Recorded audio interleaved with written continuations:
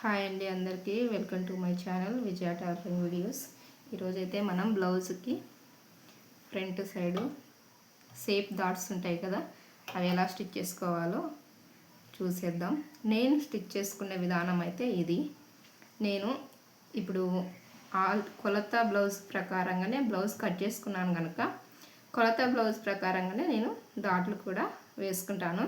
ఇప్పుడు కొలతకి ఇచ్చిన బ్లౌజ్కి ఎంతైతే డాటు పట్టి ఉన్నారో నేను అంత మాత్రమే తీసుకుంటాను.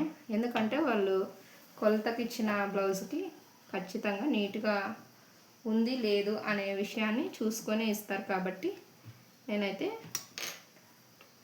కొలత బ్లౌజ్ ప్రకారంగానే డాట్లు అనేది పడతాను.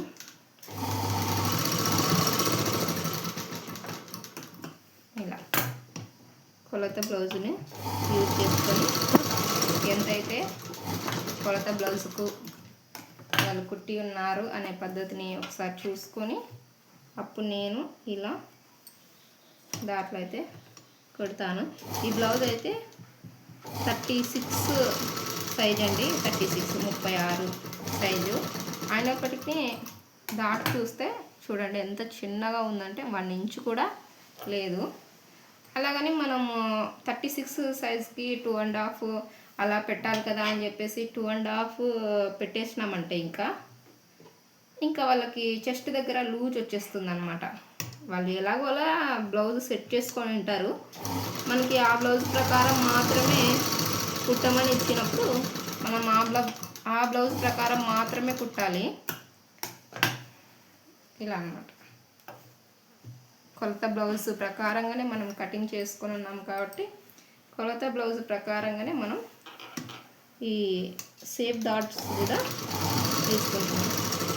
మనము షేప్ డాట్స్ తీసుకునేటప్పుడు ఎక్కువ తక్కువలుగా మనం మన ఐడియాస్ని యూజ్ చేసి తీసుకున్నామంటే మాత్రం ఈ కొలత బ్లౌజ్ ప్రకారం కుట్టేటప్పుడు లూజ్ టైట్ అవ్వడం అనేది జరుగుతుంది.